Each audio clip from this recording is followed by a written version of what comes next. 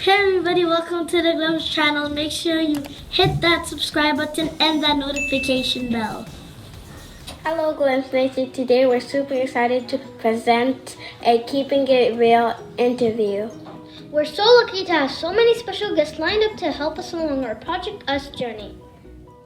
We hope to empower you all to embrace your individuality and be your true authentic self while learning so much from each other's fabulous differences. Our special guest today is an author and illustrator of Hum and Swish, a beautiful book that we recently explored. We're excited to get to know him today a bit. Ladies and gentlemen, boys and girls, the Project Us Glimpse team is proud to present Mr. Matt Myers.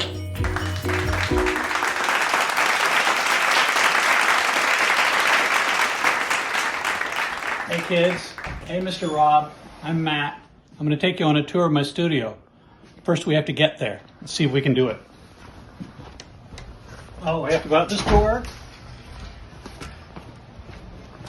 All the way down here. In the corner. That's it. Come on in. Show you what I'm working on right now. This is a fun illustration about a tire who's sad. All right, let's go in.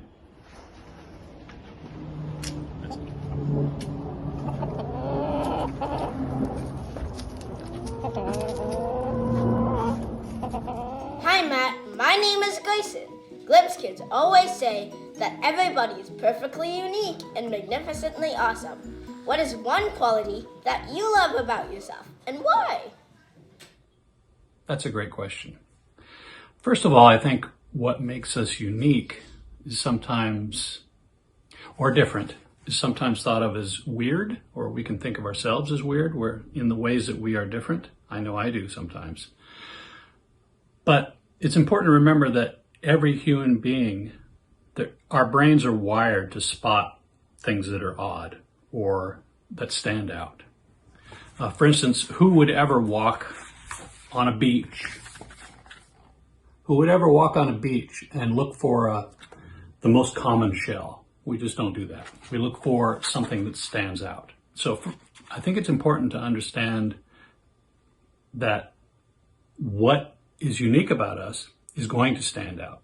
People will notice it, and that's okay. Well, what I love about myself that stands out, a lot of people have noticed, is my laser beam curiosity, I guess you call it. I have a tunnel vision. When I'm interested in something, I just look straight at it, and then I try to figure out what it's about. And sometimes I will be mischievous, and I'll think, what if it was different? What if this was upside down? Or what if I turned it all the way around and looked at it a different way? It's really fun for me to do that. And I used to think everyone did that, but I don't think they do. I think a lot of people can go into a room and see everything at once, and I'm not good at that. I'll go into a room and I'll just focus on one thing. But I do love that about myself. Hi Matt, my name is Johnny and this is my brother Liam. Thanks for being here with us today. In your book, Hum and Swish, Jamie is a creative kid who enjoys nature and doesn't mind playing by herself. That's right, and her parents aren't getting in her way. They seem to understand her. They don't seem worried that she isn't playing with other kids. And they are not rushing her creation or asking too many questions. They let Jamie be Jamie, and we think that's great. Can you think of somebody in your life that understood you and supported you to be yourself? All right, another good question. So you're both brothers, right? So you support each other, but I bet you also tease each other a bit, right? So that's not bad. Support sometimes comes out as teasing. My mother, for instance, is the first person to support me and understand me the most. In the beginning, when I was a little kid, she was just support, but then later, by the time I was your age, I became good friends with her. We used to play games and chess and cards and things, and we would talk a lot. And here's a picture of my mother and me. I'm about 5 there, I think. So by the time I got to be about your ages, I was friends with Mom, and she would challenge me about things. We would talk about what we didn't like that was going on in the world. There were a lot of things going on in the late 60s that were not easy to understand for a kid. And my mother helped me to understand what those things were. And she also was fine with me disagreeing with her, which I think is very important. If you ever get support from someone, you have to trust that they're also going to call you on things. And she gave me the space to explore, like in the book Hum and Swish. That's kind of an autobiographical book. It's sort of when artists do a picture of themselves, they do a self-portrait. So Hum and Swish is I am sort of Jamie. And my mother always gave me the space to explore whatever I wanted to do. And she let me talk about my art in how skillful it was done, but also, more importantly, how I felt about it. Hello, Mr. Myers. My name is Amna, and this is my brother Ziad. An important part of staying true to yourself is being able to love yourself. It's important to accept yourself and know that there's only one you. Sadly, with so much pressure to fit in, to be perfect, and to be popular, some people, including kids, are very negative towards themselves. This makes me sad because it's important to be happy just being yourself. What would you say to someone who is being negative about themselves when you're talking to them? Wow, these questions are really good. And the problem with good questions is they don't get short answers. So try to be patient with this one, okay? Because I think it's a great question. And I want to answer it as well as I can. So, fitting in. There's nothing wrong with fitting in. Human brains, we're wired to fit in.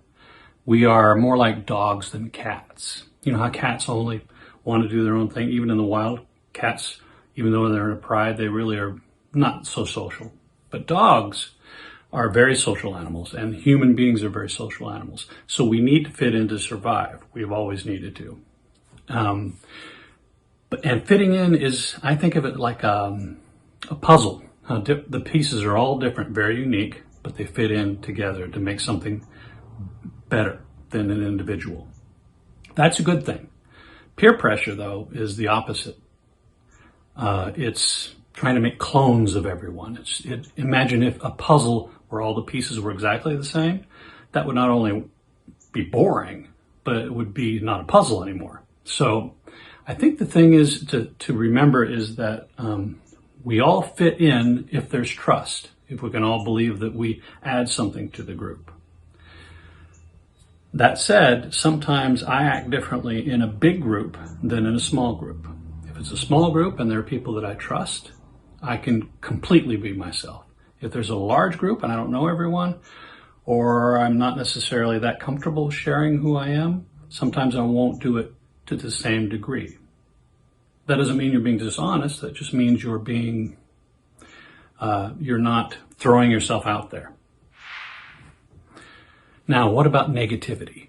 So in my opinion, there's a big difference between negativity and observing yourself, being honest with yourself and looking at yourself and thinking, here's something I would like to change. Not looking at yourself in a negative way and thinking, I'm just not good enough. So I don't think anybody is good enough the way they are.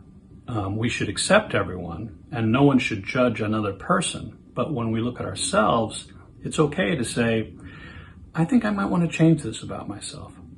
For instance, when I was a baby, I don't remember this, of course, but I was crawling all the time. And my mother and father helped me, encouraged me to walk, but I also wanted to do it myself.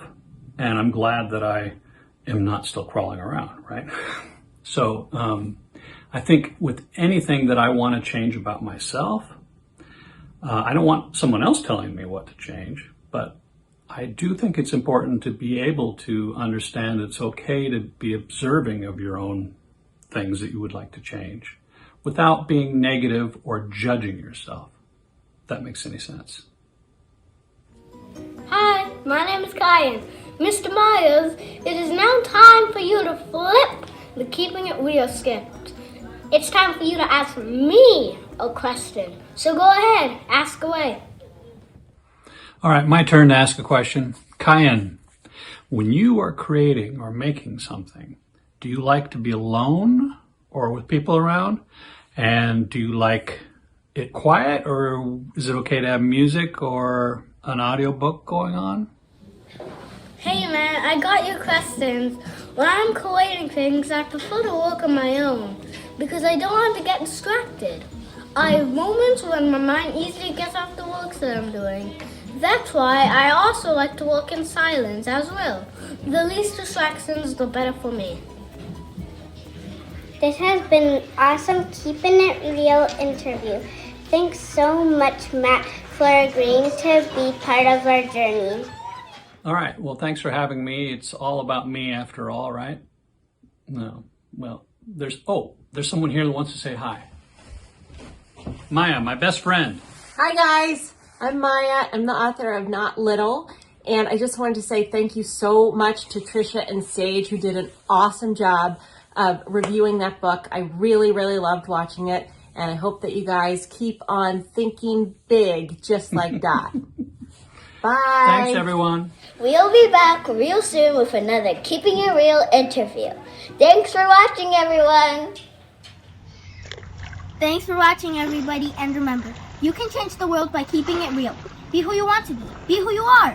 Lead with your heart, and you will go far. Have a nice day, everyone. There's joy, there's wonder everywhere when you see the world from the eyes of a child, the eyes of a child.